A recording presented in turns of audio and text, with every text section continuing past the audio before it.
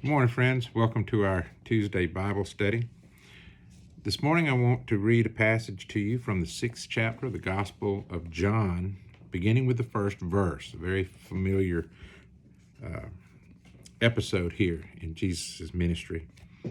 We read that after these things, Jesus went over the Sea of Galilee, which is the Sea of Tiberias. Then a great multitude followed him because they saw his signs which he performed on those who were diseased. And Jesus went up on the mountain, and there he sat with his disciples. Now the Passover, a feast of the Jews, was near.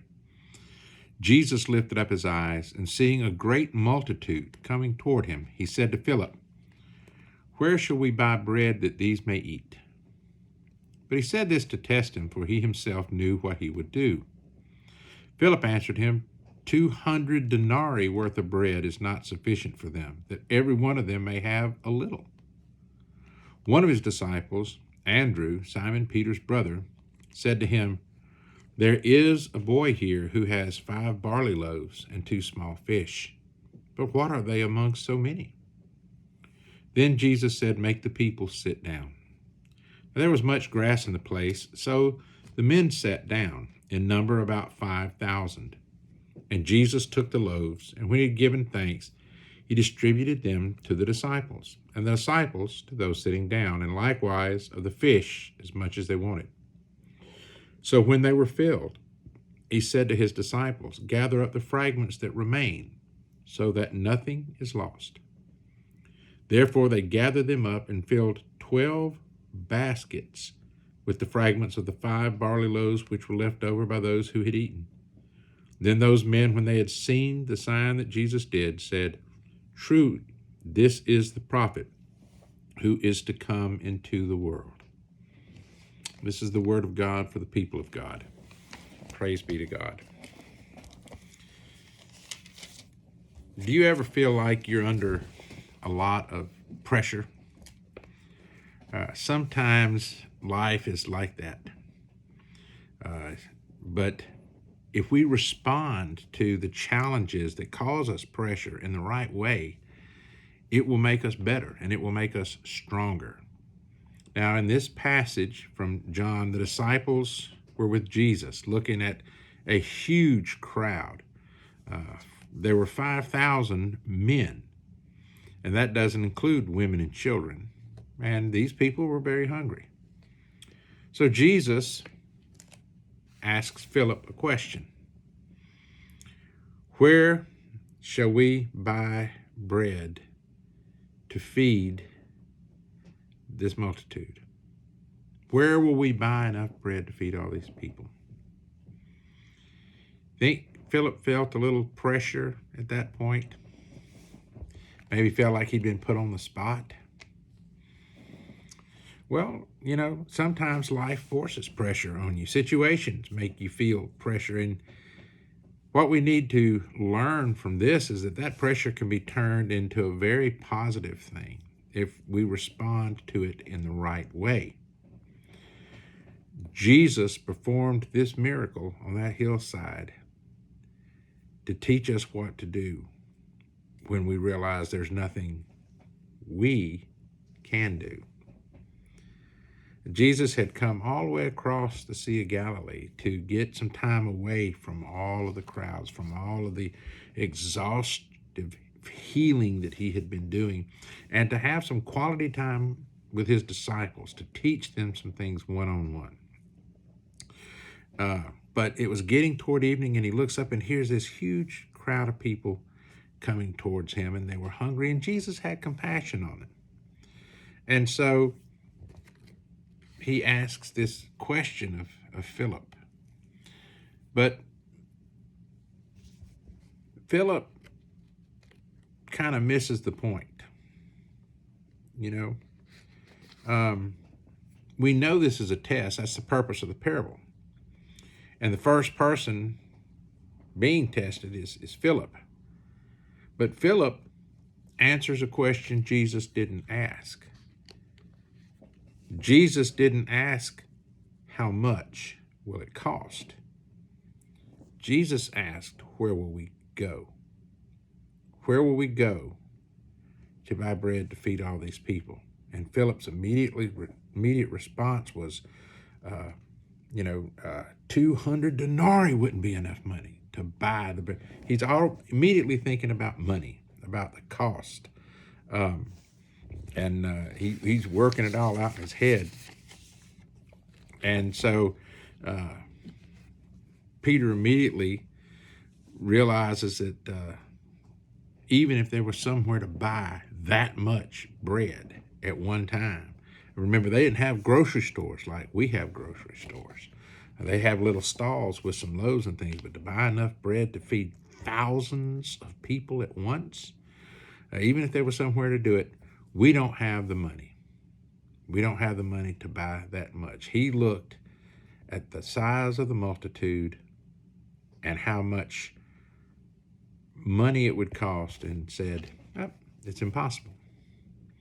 There are always people willing to figure out how something can't be done. There are always those who will point out the impossibility of some situation and put doubt and worry in other people's minds, the same that's in theirs. But while Philip was stressing out over the money and figuring up how much this all was going to cost, Andrew, another disciple, Peter's brother, did a little bit better. He found a boy who had some food. But Andrew, too, looks at the size of the multitude that is there, and then he looks at how little bit is in this boy's little lunch basket, and his immediate response is, not enough. It's just not enough. He said, Lord, there's one here. Here's a boy that has 5 loaves and 2 fish, but that's not enough. What good is that with all this great number of people? And I think Jesus was really more concerned with the lack of faith among his disciples at that time than he was with the lack of food to feed this multitude. And I'm sure it broke his heart because he had given these disciples every reason to have faith in him and no reason at all to doubt him. Think of what the disciples had witnessed Jesus doing up to that, all the miracles that they had seen Jesus do, all of the wonderful truths that they had been hearing from Jesus. They'd watched him turn water into wine, watched him heal people who were paralyzed, bring people back from the dead, and yet they still didn't have enough faith. Instead of having the seed of the faith of a mustard seed, perfect faith of a mustard seed, to be able to move a mountain, it's like they needed a mountain of faith to be able to move a mustard seed. They just didn't understand. They didn't get it. And a lot of us today are in the same boat. We still don't get it either. Even though we can all look back on our lives and see how God has provided for us time after time after time, how in intense situations and stressful situations, God always provided when we finally remembered to go to him, to put our trust in him. And yet, even though we can look back and see that, when the pressure's on, we start stressing, we start worrying, and we forget. Well, I want you to get this today. If you're facing a situation that's causing you a lot of stress, a situation that seems impossible, remember what Jesus told us in Luke 18:27. He said, the things which are impossible with people are possible with God. You facing a problem that you think you don't have enough, you don't have enough money, you don't have enough strength, you don't have enough wisdom, you don't have enough food, you don't have enough of whatever it is you think you need, then remember the scriptures tell us that God said, as the heavens are higher than the earth, so are my ways higher than your ways, and my thoughts than your thoughts. We can't see the solution for the problem, but God already knows the solution to the problem. All we need to do is trust him. All we need to do is keep God first in our mind so that he is who we go to first, not when all other avenues are exhausted. Now, John shares that it was this little boy and his lunch that makes all the difference. And next to Jesus, the little boy is the big hero in the story. Because you see, his mother had sent him with just enough to feed himself. Now, we hear today, we hear 5 barley loaves and 2 fish, and you think, well, that's a lot of food for a little boy. But you don't understand what they're talking about. We think of a loaf of bread, as some big loaf of bread that we would pick up at a store, but these little barley loaves that he had were very small loaves of bread. And the small fish, as the scriptures tell us here in John, would have been little small pickled fish, almost like little sardines or something. It was just enough for that boy to have to fill his belly and get him through the day. That's all. What matters is not how much or how little he had. What matters is that he was willing to give it to Jesus. He was willing to share what he had. And not just some of it. He didn't say, well, let me keep 1 barley loaf and 1 fish for myself and you can have what's left. He gave it all to Jesus. And see, anything that we transfer to Jesus is then transformed by Jesus into more than we will ever need for whatever situation we find ourselves in. What that little boy had in that basket was nothing, but it became so valuable because he made it available to Jesus. He was willing to give his lunch up, and Jesus turned that little basket of bread and fish into an epic feast. And so Jesus has the disciples make the people sit down, and they're fed. We know the miracle, they had eaten all they could eat. And Jesus says, now gather up the fragments so that nothing is lost. And I see not only a great lesson here, but I also see Jesus' great sense of humor. You think it was a coincidence that when the 12 disciples went and gathered this stuff up, there were 12 baskets full of bread left?